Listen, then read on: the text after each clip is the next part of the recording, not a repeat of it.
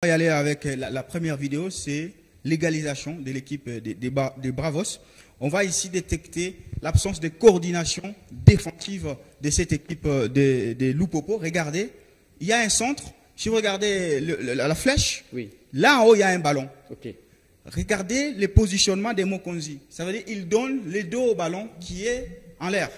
Lui-même ne sait même pas lire l'action. Parce que je pense qu'avec l'intelligence athlétique, tu dois anticiper en lisant l'action de l'adversaire. Il n'a pas lu l'action de l'adversaire et il se comporte de manière comme un badaud. Dans sa propre surface, il faut rappeler que Mokonzi, c'est le taulier de cette défense de l'équipe de Loupopo. Au lieu de coordonner comment ils vont défendre sur cette action-là, lui, il donne le dos au ballon.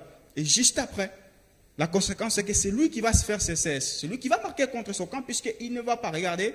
Il est là et puis le ballon va toucher justement son genou et le ballon va entrer. Donc ici, c'est le manque de coordination défensive de cette équipe. Mokonzi qui n'a jamais fait la lecture de l'action avant et puis il va finir par faire contre son camp. Donc lui qui devait orienter les autres défensivement, c'est lui qui va commettre cette erreur. Il donne complètement les dos et il se comporte sans pour autant réfléchir dans sa propre surface de réparation. Le comportement, c'est un comportement pratiquement d'un joueur amateur parce qu'il ne fait aucune lecture. Regardez, il suit le ballon en regardant le ballon sans savoir ce qui se passe autour de lui. Et quand on joue de la tête, il est surpris. Le ballon lui revient entre les jambes. Pour un défenseur qui joue à FC Saint-Loupopo, ce genre d'attitude est complètement inacceptable. On ne peut pas accepter que le taulier d'une défense soit perdu comme ça dans sa propre surface de réparation. C'est lui qui doit guider les marquages des uns et des autres. Mais lui-même est perdu. On voit que ça donne ça. Devant lui, le joueur de Bravos, devant lui était complètement libre. Donc ce centre-là aurait été un peu plus court. Ça aurait pris le premier joueur et ça aurait fini au fond des filets. Pareil, ce ballon qui va au deuxième poteau, il est complètement perdu parce qu'il ne sait pas qui il est en train de suivre. Un défenseur central qui est dans sa propre défense centrale, qui n'a aucun joueur au marquage alors que le ballon est en l'air, c'est un crime. C'est un crime. On a beau critiquer le système défensif, mais pour ce que tu as appris quand tu as commencé le football, tu ne peux pas nous faire ça dans un match. Juste pour sa défense, ça n'a jamais été un défenseur. Il a été repositionné par Mohamed Magasuba. Il a été reconverti. Oui, voilà. On va prendre la deuxième vidéo. Voilà. Là, c'est un autre but, donc le deuxième de cette équipe des Bravos. Il y a un centre qui vient, c'était un coup de pied arrêté. Tout le monde, déjà les gardiens, il n'a pas pu faire le mire. Il va faire une sortie. Vous allez voir justement les ballons. Il va sortir de sa ligne sans communiquer avec sa propre défense. Et donc là, il y a également dans sa propre défense l'immobilisme d'au moins 3 de ce défenseurs qui sont presque devant lui. Alors qu'au milieu, il y a un attaquant des Bravos qui va faire quoi? Qui va surgir. Et quand il va surgir, il va tromper tout simplement, tout parce qu'il va dévier ces ballons-là, qui va finir par tromper Nathan Mabroki. Vous voyez les rouges sur les poteaux. C'est que quand il y a un coup de pied arrêté, en principe, il doit y avoir 2 défenseurs. Un, il est au premier poteau, il s'installe. Un second au deuxième poteau, comme sur ce but-là. S'il y avait un défenseur au deuxième poteau des Loupopo, je pense qu'il aurait pu même sauver de la tête. Sauf qu'il ne va pas les sauver. Pourquoi? Parce qu'il n'y avait rien. Ça prouve que l'animation défensive de cette équipe de Loupopo est pour rien zéro. La preuve, c'est que dans tout le match, Mabroki ainsi que ses défenseurs centraux s'entraînaient. Ils s'engueulaient tout le temps, puisqu'il n'y avait personne pour coordonner. Vous allez voir le but. Il n'y avait personne pour même intercepter ces ballons parce qu'il y a des défenseurs qui peuvent intercepter les ballons même sur la ligne. Il y a déjà un surnombre inutile, au moins 6 défenseurs de Loupopo, ou 6 joueurs de Loupopo contre 4, mais c'est au finish les Angolais qui vont prendre le dessus dans cette action. Ça, tu es entraîneur de football, tu dois, je ne sais pas, péter un câble parce que c'est un but qui énerve. Il y a tout pour que ça énerve. Le premier coupable, effectivement, c'est le gardien Mabroki. Dans un coup de pied arrêté, c'est le gardien qui oriente sa défense. Il choisit le nombre de joueurs qu'il y aura sur le mur. Il fait son placement. S'il sait qu'il peut aller chercher ses ballons en l'air, il sécurise la cage derrière. Mais malheureusement, il n'y a rien de tout ça. Aucun joueur au marquage derrière. Et c'est incompréhensible. C'est là que je vous disais, les joueurs, ils étaient amorphes. Comment expliquer dans un coup de pied arrêté qu'il y ait 3 joueurs au même endroit? Personne ne saute, personne ne bouge.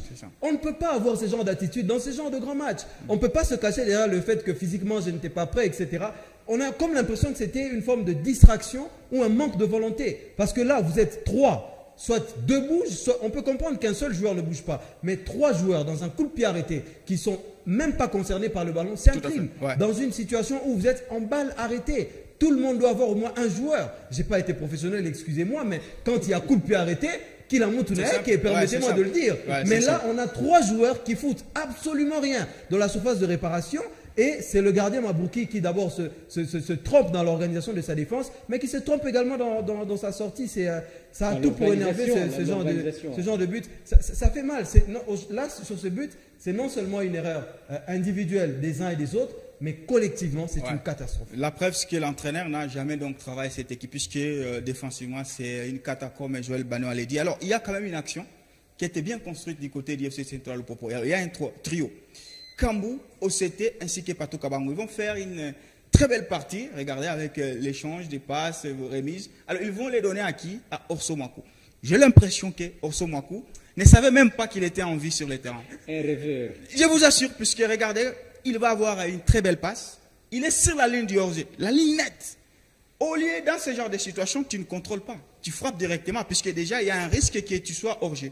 Lui, il va chercher à contrôler et il va même rater le contrôle.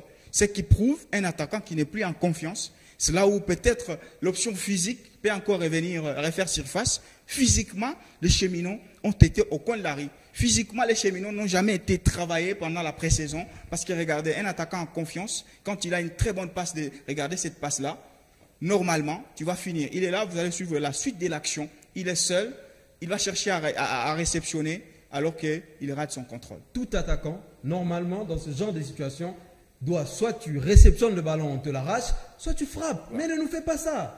Parce que ce qu'il fait, il détruit un travail exceptionnel qui a été réalisé en amont. Ce genre de combinaison, ça n'a rien envie en Europe. Une touche de balle, je te donne, tu me remets, je me place. Le jeu avec et sans ballon, ce qu'ont fait les 3 joueurs du FC Saint-Olo-Popo, c'est extraordinaire. Et ça a manqué qu'un joueur comme un buteur, un finisseur, pour finir cette action. On aurait eu peut-être l'un des plus beaux buts de ces phases éliminatoires. Ouais, collectivement parlant, ils ont conjugué le football à l'impératif du présent. Mais malheureusement, il y a un joueur et un avant-centre, peut-être en manque de confiance, peut-être en manque de physique, parce que ça ne s'explique pas. Et Magasuba n'a rien à voir avec le fait qu'un joueur comme ça est incapable de réceptionner le ballon dans un match de compétition africaine. Il y a des joueurs, Orso, Luson, je ne sais pas s'ils savaient qu'ils étaient en vie sur le terrain. Eux-mêmes ne savaient pas qu'ils étaient en vie. Donc c'est des badauds, ils n'ont rien foutu. Et je trouve que l'échec d'homme se poursuit. Et c'est curieux que ça arrive après 2 matchs de la saison. Ces choses-là devaient arriver à la fin de la saison, on peut comprendre la fatigue. Mais là, ça arrive au moment où... Est-ce que tu vois un peu la fougue qu'il y a quand tu fais la rentrée scolaire? L'enfant, il se lève toujours tôt, puisqu'il aime mettre l'uniforme. Mais nous avons un joueur qui semble être rassasié après 2 matchs. Ça